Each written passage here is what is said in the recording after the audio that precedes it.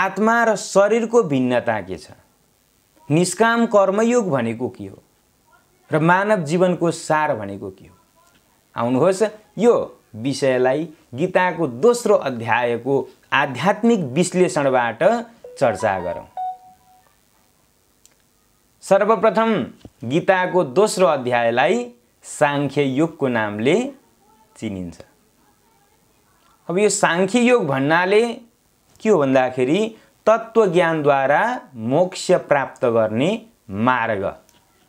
जुन तत्त्वज्ञानद्वारा मोक्षलाई प्राप्त गर्न सकिन्छ त्यो विषय वस्तुलाई यही सांख्य योगमा के गरिन्छ, त्यसको वर्णन गरिन्छ। अर्थात् गीताको दोस्रो अध्याय भनेको ज्ञान प्राप्त गरेर त्यो मोक्षको मार्गलाई हामीले प्राप्त गर्नु हो। यस अध्यायमा भगवान श्रीकृष्णले अर्जुनलाई आत्मज्ञान कर्मयोगको उपदेश दिनुभएको छ। आध्यात्मिक दृष्टिकोणले हेर्दा यो अध्याय मानव जीवनको सार हो। आत्मा र शरीरको भिन्नता देखाउनु भएको छ, निष्काम कर्मयोगको बारेमा वर्णन गर्नुभएको छ र स्थिर बुद्धि व्यक्तिको गुण यस्ता गहन तत्त्वहरूलाई स्पष्ट पार्नु भएको छ। यो अध्यायलाई 4 मुख्य भागमा विभाजन गर्न सकिन्छ। 1. अर्जुनको मानसिक दुर्बलता र भगवानको मार्गदर्शन। 2. आत्मा र शरीरको भिन्नता। 3. कर्तव्य र निष्काम कर्मयोग। 4. स्थिर प्रज्ञको अवस्था। यी 4 विषय वस्तुलाई हामीले छुट्टा छुट्टै यसको विस्तृत चर्चा परिचर्चा गरौँ। अब 1 नम्बरको थियो अर्जुनको मानसिक दुर्बलता र भगवानको मार्गदर्शन। यहाँ परिस्थिति कस्तो छ भने कुरुक्षेत्रको रणभूमिमा अर्जुनले ट्याक्क बिचमा बसेर हेर्दाखेरि शत्रु पक्षमा के देख्छन्, उनले आफ्ना आफन्तजनलाई, आफ्ना प्रियजनलाई युद्धका लागि उभिएको देख्दा उनमा मोह हुन्छ, करुणा हुन्छ र भावनात्मक दुर्बलताले ग्रस्त हुन्छन्। अर्जुन उनी धर्म अधर्मको गहिरो दुविधामा पर्छन् र आफ्नो कर्तव्यबाट पछि हट्छन्। आफ्नो कर्तव्य उनी बिर्सिन्छन्। अर्जुन यस्तो मानसिक अवस्था देखेर भगवान श्रीकृष्णले उनलाई आत्मज्ञान, कर्तव्यबोध र आध्यात्मिक शिक्षाका माध्यमबाट मार्गदर्शन दिनुहुन्छ। अर्जुनले के भन्छन्, कथम भीष्म महम संखे द्रोणम च मधुसूदन। हे मधुसूदन भगवान, हे भगवान, मैले भीष्म पितामहलाई कसरी हत्या गरौँ, मैले ती कौरवहरूलाई मैले कसरी हत्या गरौँ, जो मेरा लागि सदैव पूजनीय हुनुहुन्छ, मेरा गुरुहरूलाई मैले कसरी हत्या गरौँ। बरु म भिख मागेर खान तयार छु, मलाई त्यो रुधिर प्रतिदान, त्यो रगताम्य भएको त्यो संसारको मलाई कुनै मोह छैन। एक हिसाबले हेर्नु पर्दा अर्जुनमा मोह छैन, के को, यो संसार पाउने। अर्जुन ज्ञानी छन् तर उनी कर्तव्यको पालना गर्नबाट उनी चुक्दैछन्। त्यही कर्तव्य पालना गर्नुपर्छ भनेर भगवानले अर्जुनलाई मार्गदर्शन दिन खोज्नु भएको छ। कार्पण्य दोषोपहत स्वभाव, मेरो बौद्धिक दुर्बलताले मलाई, यो मेरो दोष छ, यसैले मलाई के गर्छ, मैले असल निर्णय लिन सकिरहेको छैन। शिष्यस्ते हम साधि माम त्वाम प्रपन्न, म हजुरको शिष्य हुँ, मलाई के गर्नुपर्छ त्यो सम्पूर्ण कुरा हजुरले गरिदिनु होस्। हे भगवान, म हजुरको शरणमा पर्छु। अर्जुन के गर्ने भयो, अब भगवानको उनी शरणमा पर्नुपर्छ। र शरणमा गइसके पछाडि भगवानले जो शरणमा आउँछ, आफ्नो शरणमा आउँछ, उसलाई मार्ग प्रदान गर्नुहुन्छ। कस्तो मार्ग, त्यो उच्च पदको मार्ग, त्यो तत्त्वज्ञानको मार्ग उहाँले त्यो आफ्नो भक्तलाई प्रदान गर्नुहुन्छ। र भगवानले अर्जुनलाई के भन्नुहुन्छ भने, हे अर्जुन, तिमीमा जो त्यो मानसिक दुर्बलता छ, जो कायरता छ, त्यो तिमीले त्याग्नुपर्छ। त्यो नपुंसकत्व तिमीले त्याग्नुपर्छ। त्यो आफ्नो मनलाई तिमीले के गर्नुपर्छ, बलियो बनाउनुपर्छ र तिमीले अवश्य पनि युद्ध गर्नुपर्छ भनेर यसरी त्यो कुरा बताउनु भएको छ। के हो? कायरता जीवनमा पतनको कारण बन्छ। जो व्यक्ति कायर छ उसको जीवन पतन सम्भव छ, पतन अवश्य हुन्छ उसको। मानसिक दुर्बलता केले आउँछ? आत्मज्ञानको अभावको कारणले मनको यो दुर्बलता हुन्छ हो। त्यही भएर तिमी सच्चा योगी बन्नु छ, ज्ञानी व्यक्ति बन्नु छ भने तिमी कर्तव्यबाट पछि हट्न हुँदैन भनेर त्यो ज्ञान दिनुभएको छ। अर्थात् भगवानले अर्जुनलाई मात्र यो ज्ञान दिनुभएको होइन। हामी जो यो पृथ्वीमा जन्म लिएका छौँ, जो यो जीवात्मा छन्, हामी जीवात्मा हौ, यो सम्पूर्ण जीवात्माको निम्ति भगवानले यो उपदेश दिनुभएको हो। यो अर्जुनको मात्र होइन, अर्जुनले मात्र प्राप्त गर्ने ज्ञान होइन, त्यो ज्ञान हामीले पनि प्राप्त गर्नु छ। कार्पण्य दोषो पहतः स्वभाव। अर्जुन अत्यन्तै अन्योलग्रस्त हुन्छन् हैन, अन्योलमा परेका हुन्छन्। उनी भगवानको शरणमा गइसके पछाडि भगवानले आध्यात्मिक शिक्षा उनलाई दिइरहनु भएको छ। अनि भगवानले के भन्नुहुन्छ भने, गतासु न गतासुश्च नानुशोचन्ति पण्डिता। जो व्यक्ति ज्ञानी छन्, गएको र हुनेवाला आउनेवालाको निम्ति कुनै शोक गर्दैनन्। देहान्तर प्राप्तिर धीरस्तत्र न मुह्यति। जो यो आत्मा छ त्यो आत्मा परिवर्तित स्वरूपमा जान्छ।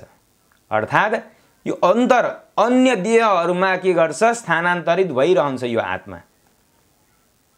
जो व्यक्ति ज्ञानी छन् के हुन्छन्, उनी समस्त दुःख सुखम धीरम सोमृतत्वाय कल्पते। सम दुःख सुखम, दुःख र सुखमा समान हुने। नासतो विद्यते भावो नाभावो विद्यते सतः।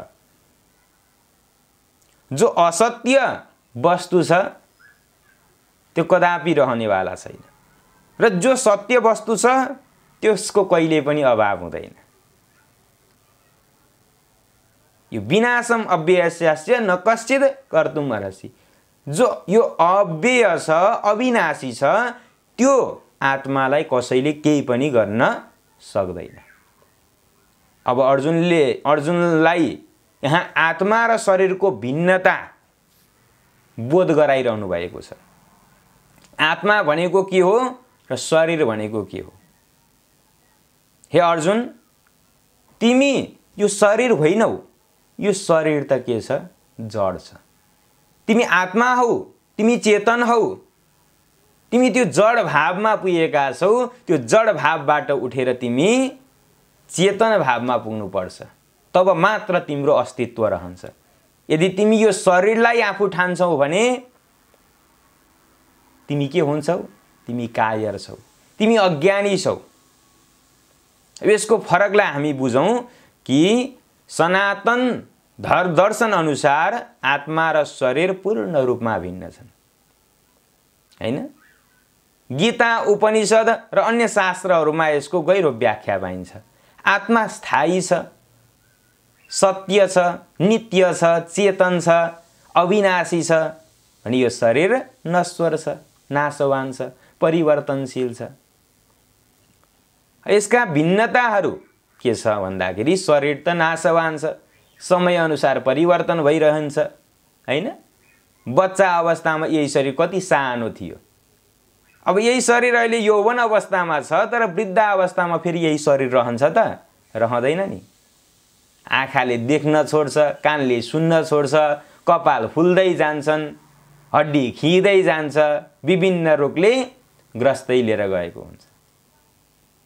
अर्थात् यो शरीर परिवर्तनशील छ नश्वर छ र अन्तिममा यो शरीरबाट प्राण छुटिसके पछाडि यो शरीर के हुन्छ? छिट्टो नै दुर्गन्धित हुन्छ, सर्वनिन्दित हुन्छ। यो शरीरलाई डढाउनै पर्छ। र आत्मा भने त्यस्तो छैन। आत्मा भनेको अजर छ, अमर छ, अविनाशी छ भनेर अर्जुनलाई यो आत्माको बोध गराइरहनु भएको छ। भगवान भन्नुहुन्छ न जायते म्रियते वा कदाचिन नायं भूत्वा भविता वा न भूय अजो नित्य शाश्वतोऽयं पुराणो न हन्यते हन्यमाने शरीरे। यो विनाशशील शरीर भित्र रहेको जो आत्मा छ त्यो कहिल्यै जन्मदैन, त्यो कहिल्यै मर्दैन। आत्मा न जन्मन्छ न त मर्छ, उ सदा सर्वदा रहिरहन्छ, उ स्थायी छ, उ अजर छ, अमर छ। तर त्यही आत्मा यो नाशवान शरीरभित्र रहेर आफ्नो हुकुम चलाइरहेको छ। यो शरीरलाई घरि के गर्छ, घरि के गर्छ, यो सब गर्नेवाला भनेको आत्मा हो। जस्तै त्यो रोबोटलाई हेरौँ न, यदि चार्ज गरियो अथवा ब्याट्री राखियो भने त्यो रोबोट चल्छ, नत्र चल्छ त चल्दैन नि। त्यति ब्याट्रीमा त त्यति शक्ति छ, तागत छ भने यो आत्मामा कति तागत होला त, हैन? यो शरीर भनेको जड हो। हेर्नुहोस्, जब प्राण हट्छ यो आत्मा जान्छ यो शरीरबाट, ढुङ्गा लडेको समान, त्यो मुढा लडेको समान यो शरीर लड्छ। तर आत्मा भने चेतन तत्व छ, चेतनशील छ, जसले शरीरलाई जीवित बनाउँछ। देही नोस्मिन यथा देहे कौमारम यौवनम जरा।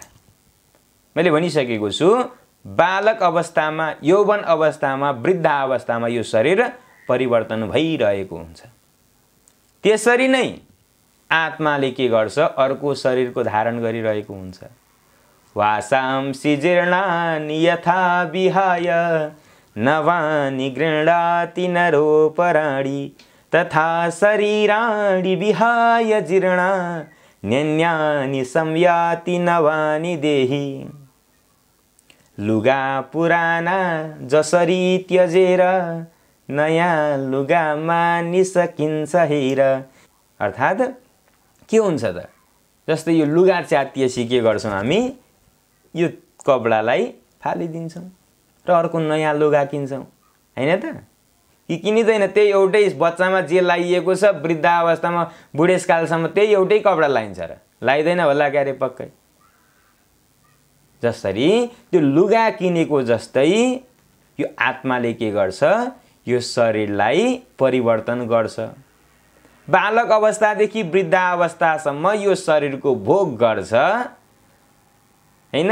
कति दुःख दिन्छ, कहिले सुख दिन्छ, कति पीडा दिन्छ, कति कष्ट दिन्छ।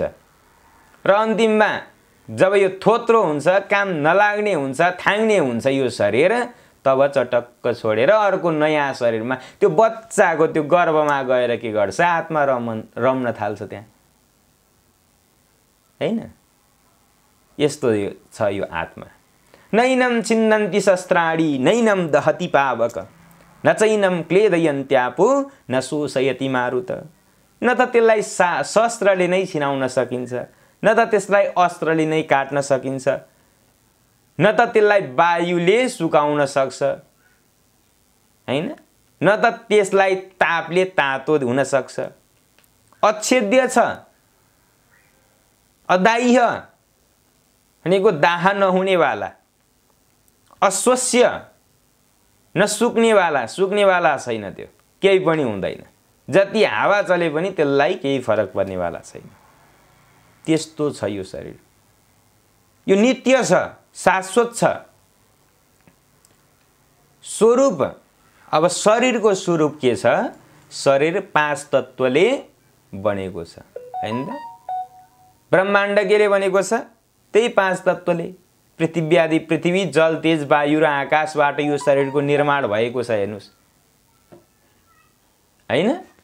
पछि के हुन्छ? यो पृथ्वी आदि 5 तत्त्व जो छन् ती सबै पृथ्वीको अंश पृथ्वीमा गएर लिनुहुन्छ, जलको अंश जलमा गएर लिनुहुन्छ, अग्निको अंश अग्निमा गएर लिनुहुन्छ, वायुको अंश वायुमा गएर लिनुहुन्छ र आकाशको अंश आकाशमा गएर लिनुहुन्छ। त्यो शरीरभित्रको जो शुद्ध चेतन आत्मा थियो, त्यो जीवात्मा थियो, त्यो परमात्मामा गएर लिनुहुन्छ। त्यो आत्मा छ, त्यो चेतन छ, त्यही आत्माले यो शरीरलाई चलाएको छ। हेर्नुस्, यो शरीर आत्माको अधीनमा हुन्छ। आत्मा नै शरीरको स्वामी हो, जसले शरीरको अनुभव लिन्छ। यो शरीरको अनुभव आत्माले लिइरहेको छ, हैन? यो हामीले जिब्रोले खान्छौँ, के मिठो मिठो लड्डु पेडा खान्छौँ, त्यो स्वाद केले लिन्छ त? आत्माले लिएको हुन्छ। यो छालाले स्वाद लिन सक्छ त? यो जिब्रोमा रहेको रसनेन्द्रिय छ, त्यो इन्द्रियद्वारा के हुन्छ? स्वाद पत्ता लाग्छ। यदि यो आँखा छ, यहाँ चक्षुर इन्द्रिय छैन भने त्यो आँखाले देख्न सक्दैन, ठम्म्याउन सक्दैन। त्यसै कारणले आत्मा चेतन छ र शरीर भनेको जड छ। यसको भिन्नतालाई हामीले बुझ्नुपर्छ। यदि हामीले यो कुरालाई बुझ्न सकेनौँ भने हामी यो संसारमा आउनुको कुनै अर्थ छैन। यसरी अर्जुनलाई यो आत्मा र शरीरको पृथकता भगवानले बताउनु भएको छ। अब फेरि भगवानले अर्जुनलाई के सम्झाउनुहुन्छ भने कर्तव्य पालन गर्नु नै धर्म हो। अर्जुनलाई त के धर्म के अधर्म भन्ने जो मानसिक दुर्बलता भएको थियो, ठम्म्याउन सकेका थिएनन्। के सत्य हो के असत्य हो, मैले गर्नुपर्ने के हो भन्ने त कुरै के भएको थियो, दुविधामा परेका थिए। भगवानले भन्नुहुन्छ तर कर्म गर्दा फलको आसक्ति नराख्नु नै साँचो योग हो, सत्य योग हो। अब निष्काम कर्मयोगको यहाँ भगवानले व्याख्या गर्दै हुनुहुन्छ। निष्काम कर्मयोगको बारेमा अन्यत्र गीता बाहेक अन्यत्र के बताइएको छ त भन्दाखेरि यजुर्वेदमा के बताइएको छ भने कुर्वन्नेवेह कर्माणि जिजीविषेत् क्षतं समाः भनिएको छ। अर्थात् जो व्यक्ति सधैँ कार्य गरेर दीर्घजीवी बन्न प्रेरित गर्छ, कर्तव्य पारायण भएर मात्र दीर्घजीवी बन्न सकिन्छ, कर्म गरिरहनु नै उचित जीवन हो भन्ने दृष्टिकोण यो मन्त्रबाट हामीले प्राप्त गर्न सक्छौँ। वेदमा कर्मलाई कसरी वर्णन गरिएको छ भने कर्मलाई यज्ञ रूपमा वर्णन गरिएको छ। यज्ञ आगादी गर्नु भनेको कर्म गर्नु हो, अर्थात् जसको उद्देश्य केवल व्यक्तिगत लाभ नभएर लोक कल्याण पनि हो। कुर्वन्नेवेह कर्माणि जिजीविषेत् क्षतं समाः। उपनिषदमा पनि त्यस्तै छ। उत्तिष्ठत जाग्रत प्राप्य वरान् निबोधत। आफ्नो कर्तव्यमा जागरुक हुनुपर्छ। जाग लम्क चम्क हे नौजवान हो भनेर हामीले नेपालीमा पनि सुन्छौँ, त्यही हो। उत्तिष्ठत जाग्रत प्राप्य वरान् निबोधत। जो आफ्नो प्राप्त गर्नुपर्ने कुरा छ, जो आफ्नो कर्तव्य छ, त्यसमा आफू जागरुक हुनुपर्छ। उपनिषदले त्यो सन्देश दिएको छ। रामायणमा पनि निष्काम कर्मयोगको आदर्श रामले प्रस्तुत गर्नुभएको छ। क्या वनवासको प्रसङ्गमा रामले आफ्नै सुख आलस्यको त्याग गरेर, त्यसको परवाह नगरेर, जो पिताको आज्ञा छ त्यो स्वीकार गरेर नि के गर्छन्, वनवास जान्छन्। 14 दिनको हो र, 14 मिनेटको हो र, 14 घण्टाको हो र, 14 वर्षसम्मको त्यो निष्काम कर्म जो वनवास छ, पिताको आज्ञाले जान्छन्, त्यो निष्काम कर्म हो। त्यो वनवासको कुनै त्यहाँ फल देखिँदैन। निष्काम कर्म छ त्यहाँ, निष्काम छ, कुनै स्वार्थ छैन त्यहाँ। पिताको आज्ञा भयो माने म गएँ, मलाई यसबाट के हुन्छ, फाइदा के छ, बेफाइदा के छ, कुनै सोच विचार छैन त्यहाँ। निष्काम कर्म यो। त्यस्तै हामीले कर्म गर्न सकियो भने त्योबाट के हुन्छ, आध्यात्मिक लाभ हामीले लिन सक्छौँ। स्वधर्मे निधनम श्रेय परधर्मो भयावह। रामायणमा वाल्मीकि ऋषिले बताउनु भएको छ। वाल्मीकि ऋषि को हुन् त भन्दाखेरि पहिलाको रत्नाकर डाकु हैन। जो रत्नाकर डाकु थिए सधैँ त्यो जङ्गलमा बसेर अर्काको हत्या गर्ने। त्यस्ता रत्नाकर डाकु पछि वाल्मीकि हुन सक्यो भने हामीले ज्ञान नपाउने भन्ने सम्भव छैन। पहिला जे गरियो चटक्कै छोडेर आजैबाट ज्ञानको लागि म अघि बढ्छु भनियो भने हामी पनि वाल्मीकि हुन सक्छौँ, हामी पनि राम हुन सक्छौँ, हामी श्रीकृष्ण हुन सक्छौँ। कसैले रोक्नेवाला छैन। आफूमा ज्ञान हुनु पर्यो। यहाँ छ भने जे गरेर पनि आउँछ। डोकोमा दुध दुहेर पनि के हुन्छ, अडिन्छ भनिन्छ नि, भाग्यमा छ भने हैन। त्यही भएर आफ्नो जो कर्तव्य छ त्यो आफ्नो कर्तव्य पालन गर्दा गर्दै मरु परे पनि बरु राम्रो हो। तर अरूको कर्तव्य ग्रहण गर्दा के हुन्छ, डर हुन्छ। परधर्मो भयावह भनेर यसरी रामायणमा बताउनु भएको छ। गीतामा पनि यो श्लोक आउँछ। महाभारतको अनुशासन पर्वमा पनि के आउँछ, यही कुरा आउँछ। गीतामा महाभारतकै श्लोकहरू बढी छन्, त्यहीबाट निकालिएको अनुशासन पर्व अन्तर्गत पर्दछ एउटा। स्वे स्वे कर्मण्य विरतः संसिद्धिम लभते नर। जो व्यक्ति आफ्नो कर्तव्यमा अडिग रहन्छ त्यो व्यक्ति परम सिद्धिलाई प्राप्त गर्न सक्छ। सिद्धि भनेको के हो त भन्दाखेरि मोक्ष। त्यही भएर हामीले कर्तव्य पालन चाहिँ अवश्यमेव गर्नुपर्छ। उद्योग पर्वमा आउँछ अर्को श्लोक, यथा धीनु सहस्रेषु वत्सो बिन्दति मातरम तथा पूर्वकृतं कर्म कर्तारम अनुगच्छति। हेर्नुहोस् यो श्लोकले के बताएको छ भने जति नै गाईको बथान किन नहोस्, हजारौं छन्, 2000 छ, 5000 छ, 10,000 छ भने पनि बादशाहले आफ्नो आमालाई पहिचान गरेरै छाड्छ। आफ्नै आमाको दुध गएर उसले चुस्न थाल्छ त्यो बाछोले। त्यसै गरी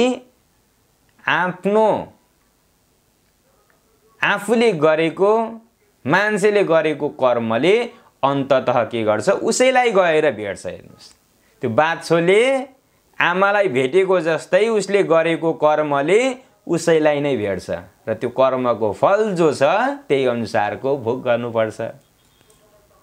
यो कर्मको प्रभावबाट कोही पनि बच्न सक्दैन। त्यही भएर हामीले कर्म असल गरियो भने हामीले ज्ञानलाई प्राप्त गर्न सक्छौँ। योग सूत्रमा पनि बताइएको छ ईश्वर प्रणिधानाद् वा भनेर बताइएको छ। अर्थात् ईश्वर प्रणिधान अर्थात् ईश्वर समर्पणबाट समाधि प्राप्त गर्न सकिन्छ। समाधि भनेको के, आनन्द। कहीँ समाधि भनिन्छ, कहीँ सिद्धि भनिन्छ, कहीँ मोक्ष भनिन्छ। यी शब्द अलग अलग मात्र छन्। हेर्नुहोस् तर वास्तविकता भनेको उही परम आनन्द, त्यो भगवानको सान्निध्य भनेर बताइएको छ। कतै भक्तिको मार्गबाट भगवानको सान्निध्य प्राप्त हुन्छ, वैकुण्ठ धाम प्राप्त हुन्छ भनेर बताउन सकिन्छ। अब जब कुनै व्यक्ति आफ्नो सम्पूर्ण कर्म ईश्वरलाई अर्पण गर्छ तब उस आसक्ति, ऊ आफ्नो अहङ्कार र फलको इच्छाबाट मुक्त हुन्छ। जहाँ फलको इच्छा हुँदैन त्यो नै के हो, निष्काम कर्म योग हो। जो हामीले कर्म गर्छौँ त्यो मैले भगवानलाई अर्पण गरेको छु भनेर भन्न सकियो भने, मनदेखि भन्न, मुखले बोलेर हुँदैन, मनदेखि भन्न सकियो भने मैले यत्रो ठुलो यज्ञ गरेँ भनेर त्यो अहङ्कार लियो भने त्यो यज्ञबाट जुन प्राप्त गर्ने वस्तु छ त्यसले के गर्छ, हामीलाई आसक्ति दिन्छ, अहङ्कार दिन्छ। जब हामीले त्यो आसक्ति, त्यो अहङ्कार र फलको इच्छाबाट मुक्त हुन सक्छौँ भने हामीले के गर्छौँ, निष्काम कर्मयोग गर्छौँ। यस्ता निष्काम कर्म योगीहरूलाई मानसिक शान्ति प्राप्त हुन्छ। आत्मा साक्षात्कारको उच्च मार्ग भनेको निष्काम कर्मयोग हो। त्यही भएर हामी कर्तव्य र निष्काम कर्मयोगको सिद्धान्तको बारेमा बुझेर हामी अगाडि बढ्न सकियो भने हामी भगवानको सच्चा भक्त हौँ। र हामीले दैनिक अथवा कुनै कर्म गर्छौँ, त्यो कर्म गर्दा हामी के भन्छौँ अन्तिममा, कायेन वाचा मनसेन्द्रियैर्वा बुद्ध्यात्मना वा प्रकृति स्वभावात् करोमि यद्यद् सकलं परस्मै नारायणायेति समर्पयेतद्। कायेन भनेको, काय भनेको यो शरीरद्वारा, वाचा भनेको यो वाणीद्वारा, मनसा मनद्वारा, इन्द्रियर्वा इन्द्रियद्वारा जो मैले यो कर्म गरेको छु, यो यज्ञ गरेको छु, त्यो मैले भगवान हजुरलाई यो अर्पण गरेको छु। म यो अहङ्कारबाट मुक्त हुन पाऊँ, म यो आसक्तिबाट मुक्त हुन पाऊँ, म यो फलको इच्छाबाट मुक्त हुन पाऊँ भनेर हामीले कर्म समर्पण गरेका हुन्छौँ। तर यदि यही कुरालाई हामीले बुझेनौँ भने हामीले ठुलो भुल गरिरहेका छौँ। कर्मण्येवाधिकारस्ते मा फलेषु कदाचन। हे अर्जुन, तिमीले केवल कर्म गर्ने अधिकार छ, त्यो फलमा तिम्रो अधिकार छैन। त्यही भएर तिमीले निष्काम कर्म गर्नुपर्छ। तिमीले कर्म गर, फलको आश नगर। अर्थात् तिमीले युद्ध गर, त्यो युद्धबाट के हुन्छ भन्नेतिर तिमी नलाग, त्यो तिम्रो कर्म हो। कर्मको फल यदि आशा गरियो, फलको चाहिँ यदि कल्पना गरियो भने त्यहाँ अहङ्कार हुन्छ। जब व्यक्तिमा अहङ्कार हुन्छ उसले ज्ञानलाई प्राप्त गर्न सक्दैन, हैन? त्यसै कारणले हामीले निष्काम कर्मयोग गर्नुपर्छ। अब फेरि अर्जुनलाई भगवानले बताउनुहुन्छ कि प्रजहाति यदा कामान सर्वान् पार्थ मनोगतान् आत्मन्नेवात्मना तुष्ट स्थितप्रज्ञस्तदोच्यते। स्थितप्रज्ञ आफ्नो स्थितिमा रहने, शान्त चित्त भएको, इन्द्रियहरूलाई नियन्त्रण गर्ने, आफूमा स्थिर रहने व्यक्ति के हो? स्थिर प्रज्ञ हो। जब आफ्ना काम वासनाका कुरा छन्, अर्थात् जो कार्य छ त्यो कार्यलाई चाहिँ छोड्न सक्ने, इच्छाहरू त्याग्न सक्ने, अझ भनौँ जो आफूभित्र रहेको जो इच्छा छ त्यसलाई त्याग गर्न सकियो भने व्यक्तिले सन्तोष प्राप्त गर्न सक्छ। हामीले चाहेको के हो त? धेरै धन कमाएर लाखै लाखको बिटा कमाएर पनि हामीले चाहिएको के हो? सुख हो। पैसा कमाएर पनि दुःख हुन कोही चाहन्छ त? चाहदैन नि। सुखलाई नै खोज्छ, सन्तोषलाई नै खोज्छ। तर पैसा कमाउने इच्छा भन्दा अगाडि नै त्यो पैसा कमाउने इच्छा नै त्यागिदियो भने त्योबाट के हुन्छ? अझ बढी सुख हुन्छ। पैसा कमाउने जो इच्छा छ त्यो इच्छालाई नै हामीले त्याग गर्न सकियो भने व्यक्तिले सन्तोष पायो, त्यो सन्तुष्ट हुन्छ, हैन? भनिन्छ नि, झुपडीमै बसेर आफ्नै कमाई खान पाइयो भने त्यो सुख हुन्छ।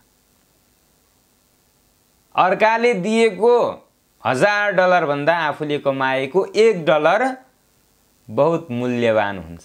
पाश्चात्य विद्वानहरूले पनि यो कुरालाई स्वीकार गरेका छन्। आत्मसन्तोष हुनुपर्छ, आफूलाई सन्तोष बनाउनु पर्छ। त्यो कसरी सम्भव छ?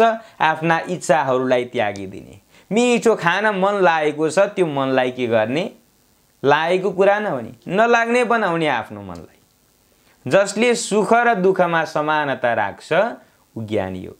दुःखेषु नुद्विग्नमना सुखेषु विगतस्पृह वीतराग भय क्रोध स्थितधीर मुनिरुच्यते।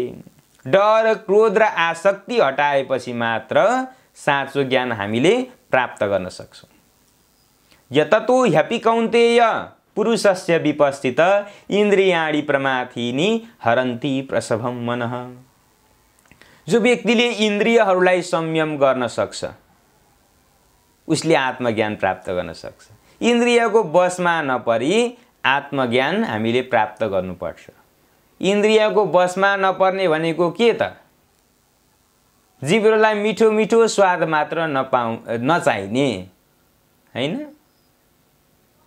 मनमा राम्रा राम्रा भावना मात्र आउन्, नराम्रो आएको बेलामा दुःख पनि नहोस्। जो मनका इच्छा छन् त्यो इच्छालाई त्याग्न सकियोस्। राम्रो राम्रो ठाउँ मात्र जाउँ, घुम्न मात्र जाउँ भन्ने त्यस्तो भावना त्याग गर्न सक्नु पर्यो। यदि त्यो इच्छालाई त्यागियो, त्यो इन्द्रियलाई संयम गर्न सकियो भने त्योद्वारा आत्मज्ञान हामीले प्राप्त गर्न सक्छौँ। विहाय कामान यस सर्वान, इच्छाहरू सकेपछि मात्र सत्य शान्तिलाई प्राप्त गर्न सकिन्छ। यसैले सशान्तिम अधिगच्छति, त्यो व्यक्तिले नै त्यो शान्तिलाई प्राप्त गर्न सक्छ भनेर भगवानले यो गीताको दोस्रो अध्यायमा अर्जुनलाई यो पाठ सिकाउनु भएको छ। र अर्जुन र भगवान श्रीकृष्णको यो संवादबाट हामीले यो मानव जीवनको सार के रहेछ भनेर बुझ्न सक्छौँ। के रहेछ त मानव जीवनको सार? हामीले कर्तव्य पालन गर्नु नै सबैभन्दा ठुलो धर्म हो। त्यही धर्मद्वारा हामीले ज्ञानलाई प्राप्त गर्छौँ र त्यही ज्ञानले हामीलाई मोक्ष दिलाइदिन्छ, हामीलाई मुक्त बनाइदिन्छ। च्याटु लिटो पिण्डबाट हामी अवश्य मुक्त हुन सक्छौँ। त्यही भएर आत्मा नित्य छ, अजन्मा छ, अविनाशी छ, शरीर नश्वर छ, नाशवान छ। निष्काम कर्म योग नै मोक्षको मार्ग हो। स्थिर प्रज्ञ व्यक्ति मात्र सत्य नित्य त्यो आत्मको तत्त्वलाई, आत्मतत्त्वलाई व्यक्तिले उजागर गर्न सक्छ, आफूलाई चिन्न सक्छ। आत्मालाई चिन्नु भनेको आफूलाई चिन्नु हो। त्यसै कारणले आज यो दोस्रो अध्यायको हामीले श्रवण गरेका छौँ। त्योबाट हामीमा आध्यात्मिक उन्नति होस्। त्यो स्थिर प्रज्ञ व्यक्तिले जो शान्तिलाई प्राप्त गर्न सक्छन्, योगीले जुन शान्तिलाई प्राप्त गर्न सक्छन्, त्यो शान्ति हामीले पनि प्राप्त गरौँ। मैले आजका केही यी शब्दगुच्छा त्यो परब्रह्म परमात्मालाई अर्पण गर्दै यही विश्राम गर्न चाहन्छु। ओम पूर्णमदः पूर्णमिदं पूर्णात् पूर्णमुदच्यते पूर्णस्य पूर्णमादाय पूर्णमेवावशिष्यते। ओम शान्तिः, ओम शान्तिः, ओम शान्तिः।